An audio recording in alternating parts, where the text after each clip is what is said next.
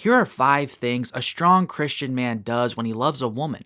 Number 1, he invites her to be a part of his mission. He doesn't make her the mission of his life. Some women think they want to be put on a pedestal and treated like a princess, but when a man does this, she will instantly lose respect for him. Rather than wanting to be a princess, what she really wants is to be a queen sitting beside a strong king. A king doesn't hand the kingdom over to the queen, but he does rule alongside of her and puts her in the seat of power right next to him. Strong Christian men understand this.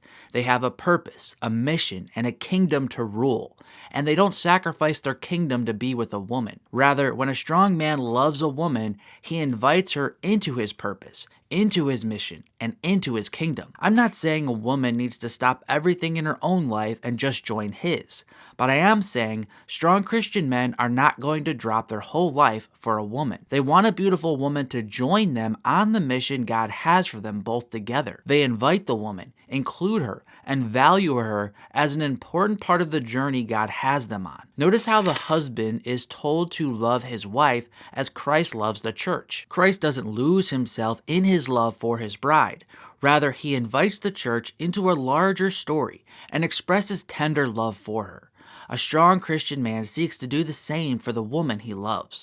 Number 2, he pursues her without chasing her around. There's a big difference between pursuing a woman and chasing a woman. A strong Christian man has too much respect for himself to chase a woman who is running him around, but he is secure enough with himself to pursue her, to risk rejection, and to put his heart out there when he loves a woman. One major difference between pursuing and chasing is knowing when to wait for the woman to respond. A man who chases will go after the woman no matter what signals she is sending in response. A strong Christian man, however, will pursue the woman and then respect how she responds. If she sends signals back that she's not interested, he may pursue a little more to make sure he's reading her right, but then he moves on and respects her choices. Going back to how Christ loves the church, he knocks on the door, but then he allows us to make the choice to open it or not. Likewise, a strong Christian man will pursue the woman, but he leaves it to her to open the door or not,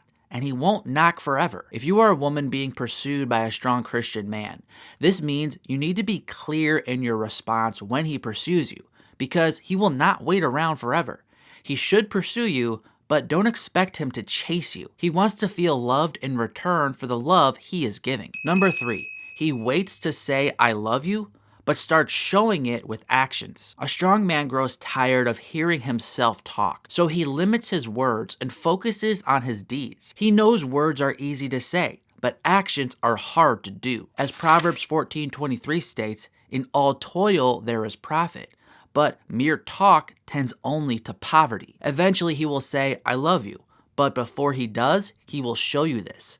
His words will come after his actions, not before. Number 4, he is eager to provide for her and protect her, and is eager for her to care for him. A strong man feels weak when those he loves are suffering. It bothers him to see someone not having something when he loves that person and he could provide that need. As a king knows, the health of his people is a direct reflection on his ability to rule. So does a strong Christian man take personal responsibility for the well-being of those he cherishes. However, he is not an ATM, a blank check, or a sugar daddy. He wants to provide and protect for the woman he loves, but he also wants her to play her role in the relationship too. He knows a woman's care is unlike anything else in this world. She alone can make a house a home. She alone can be a mother to children, and she alone can express the other half of the glory of God that he cannot. As Genesis 1:27 states,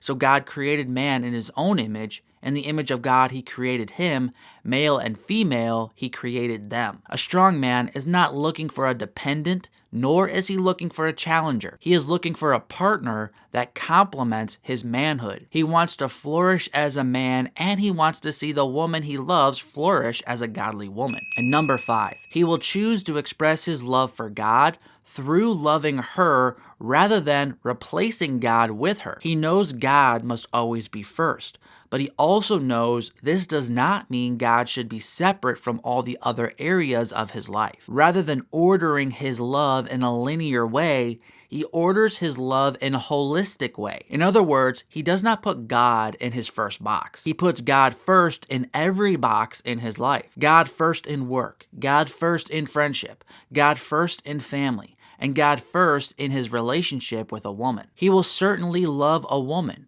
but he will never love a woman more than God. Rather, he will express his love for God through loving the woman God has given him. As the king said in Jesus' parable, when he commended the servants for loving those in his kingdom, "You did it for me." Well, these are just some of the signs that express true love from a man.